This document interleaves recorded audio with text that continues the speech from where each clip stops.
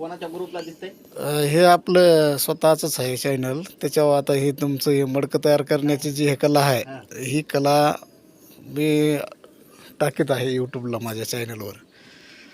आणि खरोखरच एका मातीपासून एक भांडी तयार करणं ही एक कला फार ही जुनी आहे आणि जुनं ते सोनं आहे. गाडग्यामधलं पाणी पिल्याने कुठलाही आजार होत नाही. एक प्रकारचं फ्रीजमधलं पाणी जर पिलं तर सर्दी खोकला होण्याच्या असं जास्त चान्सेस असतात. पण गाडग्यामधलं पाणी जे आहे मडक्यातलं नंबर एक उन्हाळ्यामध्ये थंडगार पाणी असं लागतंय.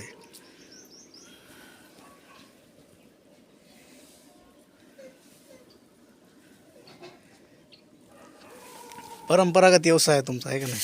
आजोपंजापासून. आमच्या व्यवसायाला 4 पिढ्या झाल्या. बरं. आमची 4थी पिढी लागली म्हणा की.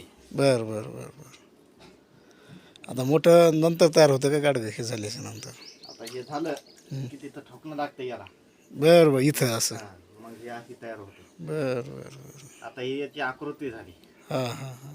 आकृती झाल्यावर ह्याला पुन्हा गोल आकार ठोकून आकार देणं लागते. बरं.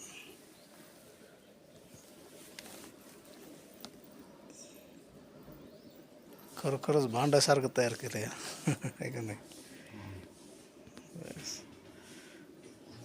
नुसतं